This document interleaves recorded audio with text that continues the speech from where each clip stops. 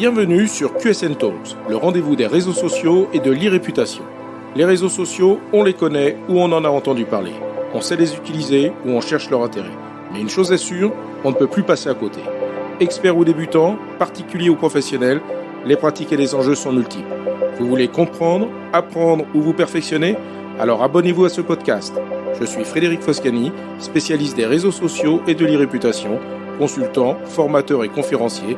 Je vous propose ici des astuces, des news, des analyses, des conseils et les dernières tendances.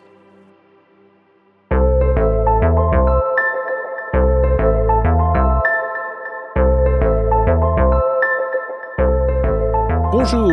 Comprendre le fonctionnement des algorithmes des réseaux sociaux et ce qu'ils considèrent comme digne d'intérêt ou important est essentiel pour réussir votre stratégie de visibilité sur les différentes plateformes. Dans QSN Talks, je vous propose une série de plusieurs podcasts dédiés au fonctionnement de l'algorithme des principales plateformes, c'est-à-dire Instagram, Facebook, LinkedIn, Twitter, TikTok et YouTube. Dans les épisodes 29 à 33, je vous ai présenté les algorithmes d'Instagram, Facebook, LinkedIn, Twitter et TikTok. Aujourd'hui, je vais vous présenter tous les détails concernant le fonctionnement de l'algorithme de YouTube pour vous permettre de mieux comprendre comment et pourquoi la plateforme augmente ou non la visibilité naturelle de certaines vidéos. Alors si vous cherchez à augmenter le nombre de vues de vos vidéos sur YouTube, ce podcast est pour vous. Je vais vous révéler tout ce qu'il faut savoir sur le fonctionnement de l'algorithme de YouTube en 2022 et ses nouveautés. Tout d'abord, il faut avoir à l'esprit que YouTube, c'est aujourd'hui plus de 2 milliards d'utilisateurs et que chaque jour, des personnes du monde entier regardent plus d'1 milliard d'heures de vidéos. Alors, compte tenu de ce flux de vidéos, comment faire pour que l'algorithme de YouTube recommande vos vidéos et vous aide à obtenir plus de likes et de réactions? Faisons donc le point sur l'évolution de l'algorithme de YouTube au fil des ans et de son fonctionnement actuel. Voici les moments des changements les plus notables de l'algorithme de YouTube. De 2005 à 2011, l'algorithme de YouTube augmentait la visibilité des vidéos en fonction du nombre de vues. Malheureusement, cette optimisation basée uniquement sur les vues et les clics a entraîné une prolifération de contenus trompeurs. L'expérience utilisateur s'est alors effondrée, les vidéos laissant un sentiment de tromperie, d'insatisfaction ou d'agacement. En 2012, YouTube a donc ajusté son algorithme pour prendre en compte le temps passé à regarder chaque vidéo ainsi que le temps passé sur la plateforme en général. L'idée étant que lorsque les utilisateurs trouvent les vidéos intéressantes, ils les regardent plus longtemps, voire peut-être même jusqu'à la fin. Cela a eu des conséquences sur l'approche des créateurs de contenu. Certains ont fait le choix de réduire la durée des vidéos pour inciter à les regarder jusqu'au bout, tandis que d'autres les ont au contraire allongées afin d'augmenter le temps de visionnage global. YouTube n'a officiellement approuvé aucune de ces deux tactiques et a maintenu son argumentation en recommandant de créer des vidéos que le public veut regarder et l'algorithme se chargera alors de récompenser cette démarche de qualité. Je ne peux qu'adhérer à cette argumentation. Cela rejoint ma principale recommandation que vous retrouverez dans chaque podcast que j'ai dédié aux algorithmes des principaux réseaux sociaux. Votre stratégie ne doit pas être faite uniquement en fonction de l'algorithme, car il ne faut pas perdre de vue que ce qui fera que l'algorithme s'intéressera à vos contenus est conditionné à l'intérêt que votre audience portera à vos contenus. Cela dit, nous le savons tous, le temps passé sur Internet n'est pas nécessairement synonyme de temps de qualité, mais plutôt d'intérêt que l'on éprouve à consulter un contenu en particulier. En 2015, YouTube a commencé à mesurer directement la satisfaction des spectateurs à l'aide d'enquêtes auprès des utilisateurs, mais aussi en donnant la priorité aux interactions, comme les partages, les j'aime pas, ainsi que l'option pas intéressé. Ce souci de personnalisation avait pour objectif de recommander à chaque spectateur la vidéo qu'il veut regarder et pas seulement la vidéo que beaucoup d'autres personnes ont regardée. Le succès de cette approche s'est confirmé en 2018 quand YouTube a indiqué que 70% du temps de visionnage sur YouTube était désormais consacré aux vidéos recommandées par l'algorithme. Avec plus de 2 milliards d'utilisateurs, YouTube a inévitablement rencontré un nombre croissant de problèmes liés à la modération de contenu et ce que l'algorithme recommande est devenu un véritable sujet en soi. YouTube a déclaré prendre au sérieux sa responsabilité de soutenir un éventail diversifié d'opinions tout en réduisant la diffusion de fausses informations. Selon la plateforme, les changements de l'algorithme mis en place au début de 2019 par exemple ont réduit la consommation de contenu dit limite de 70%. YouTube définit le contenu limite comme un contenu qui ne viole pas tout à fait les directives de sa plateforme, mais qui est nuisible ou trompeur. Les contenus violents, en revanche, sont normalement immédiatement supprimés. La gestion de la modération concerne évidemment les créateurs de contenu qui craignent d'enfreindre accidentellement les directives de la plateforme qui sont régulièrement modifiées. Mais cela affecte également les marques et les annonceurs qui ne veulent pas que leur contenu figure auprès d'autres vidéos pouvant impacter négativement leur image. Voyons donc maintenant ce que l'on sait sur le fonctionnement de l'algorithme de YouTube. Cet algorithme sélectionne les vidéos pour les spectateurs sur la base de deux objectifs. Trouver la bonne vidéo pour chaque spectateur et l'inciter à rester sur la plateforme. Pour cela, 3 systèmes de sélection sont mis en place. La sélection des vidéos pour la page d'accueil de YouTube, le classement des résultats pour une recherche donnée et la sélection des vidéos suggérées aux spectateurs pour qu'ils les regardent ensuite. Selon YouTube, en 2022, la page d'accueil et surtout les vidéos suggérées seront généralement les principales sources de trafic pour la plupart des chaînes, à l'exception bien sûr des vidéos explicatives ou didactiques, comme par exemple comment réparer sa machine à laver, dont le trafic provient quasi exclusivement des recherches. Vous pourrez constater cette affirmation en regardant les statistiques de votre chaîne et notamment les sources de trafic sur votre chaîne. Les 3 systèmes de sélection utilisent plusieurs signaux pour décider des vidéos à montrer aux spectateurs. La personnalisation, c'est-à-dire l'historique et les préférences du spectateur, les performances de la vidéo et des facteurs externes liés à l'audience globale de la vidéo. Commençons par la page d'accueil. Chaque fois qu'une personne ouvre son application YouTube ou se rend sur le site YouTube, l'algorithme lui propose un éventail de vidéos qu'il pense pouvoir l'intéresser. Cette sélection est souvent large car l'algorithme ne sait pas à cet instant ce que recherche la personne et le champ des possibles est donc vaste. Les vidéos qui s'afficheront sur la page d'accueil seront basées sur 2 types de signaux de classement. Tout d'abord, les performances. YouTube mesure les performances à l'aide de paramètres tels que le taux de clic, la durée moyenne de visionnage, le pourcentage moyen de visionnage, les commentaires, les aversions et les enquêtes auprès des spectateurs. En fait, dès que vous publiez une vidéo, l'algorithme la montre à quelques utilisateurs sur la page d'accueil et analyse si elle suscite des réactions et satisfait les spectateurs. C'est-à-dire s'ils cliquent dessus, la regardent jusqu'au bout, l'aiment, la partagent, etc.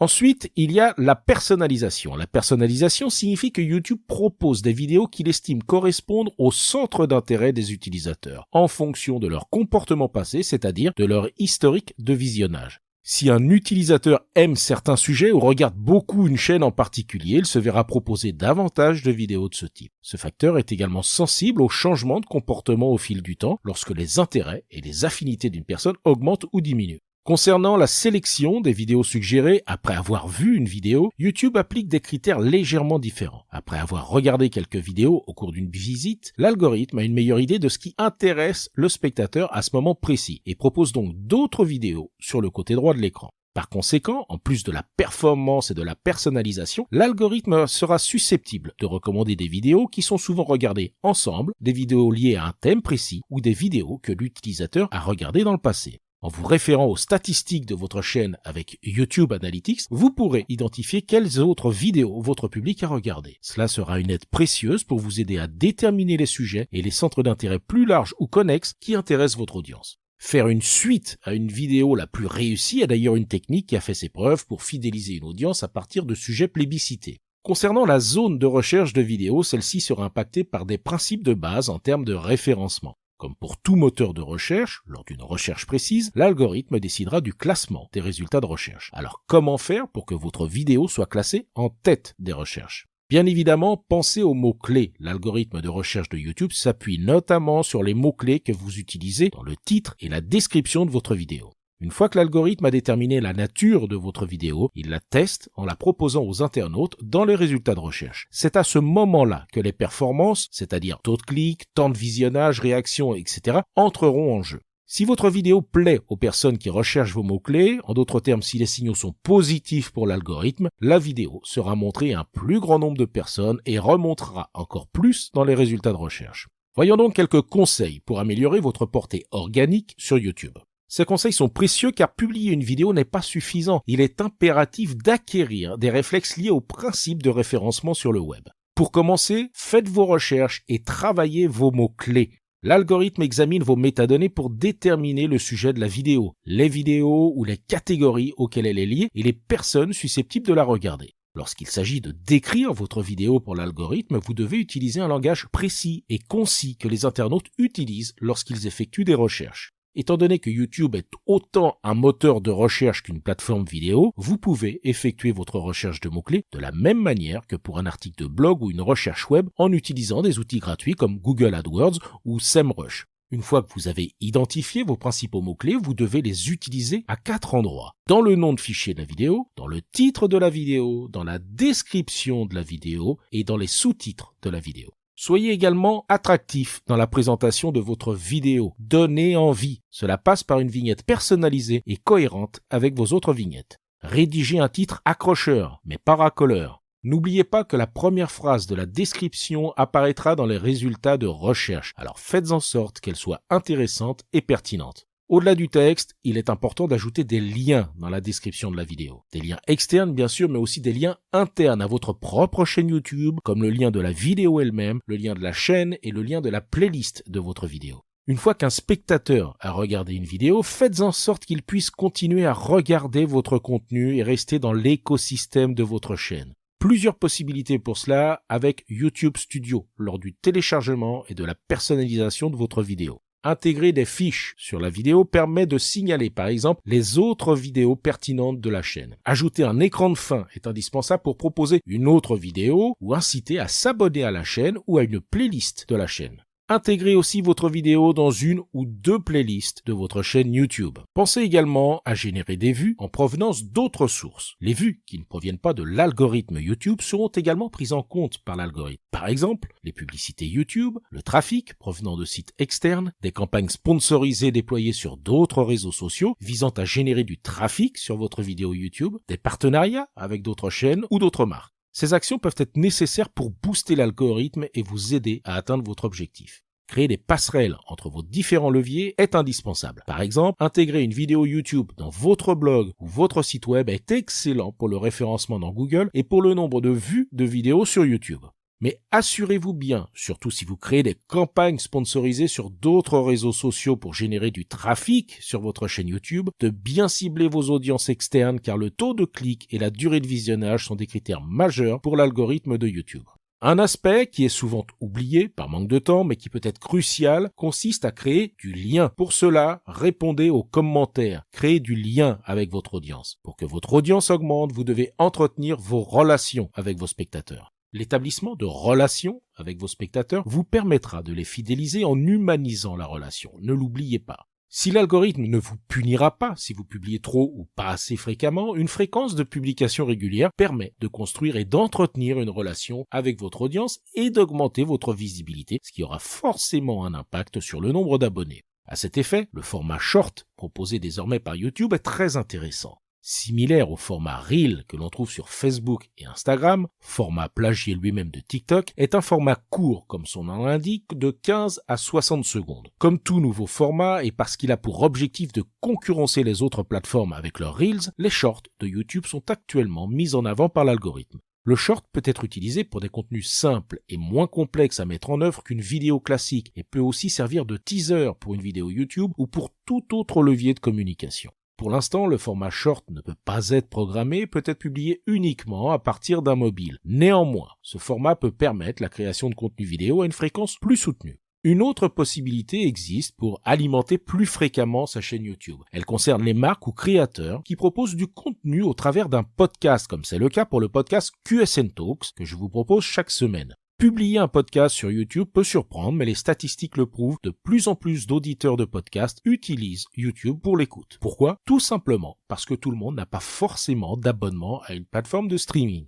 YouTube est donc une alternative gratuite pour les auditeurs qu'il convient de ne pas négliger pour sa chaîne. Et oui, QSN Talks peut donc s'écouter aussi à partir de la chaîne YouTube de QSN Digital. Pour conclure, connaître le fonctionnement de l'algorithme qui gère les contenus est indispensable pour savoir comment augmenter sa visibilité. Cela ne signifie pas que votre stratégie doit être faite en fonction de l'algorithme, car il ne faut pas perdre de vue que ce qui fera que l'algorithme s'intéressera à vos contenus est conditionné à l'intérêt que votre audience portera à vos contenus. Définissez donc une ligne éditoriale qui apportera une valeur ajoutée à votre communauté. Créez de la proximité pour encourager l'engagement, mais ne cherchez pas à forcer l'algorithme avec des techniques artificielles car cela se retournera inévitablement contre vous. Ne cherchez pas à forcer l'algorithme, vous n'y arriverez pas, mais travaillez avec pour en faire un allié pour atteindre votre objectif de visibilité. Cet épisode vous a intéressé? Alors abonnez-vous pour ne pas rater la suite. Et n'hésitez pas à donner 5 étoiles au podcast sur Apple Podcast et à le partager sur vos réseaux sociaux préférés. Ça fait toujours plaisir. Ce podcast est rendu possible par QSN Digital, l'agence que j'ai fondée pour conseiller, accompagner et former les professionnels, entreprises, dirigeants et personnalités à définir et gérer leur stratégie de présence sur les réseaux sociaux et leur e-réputation. Vous avez des problématiques de visibilité, d'image, de veille, de recrutement et de relations clients? Vous souhaitez développer votre marque employeur? Vous voudriez faire de vos collaborateurs des ambassadeurs? Contactez donc QSN Digital pour demander votre coach social media. Je me ferai un plaisir d'échanger avec vous. Pour me trouver, rien de plus simple, demandez à Google ou à vos réseaux sociaux. À bientôt.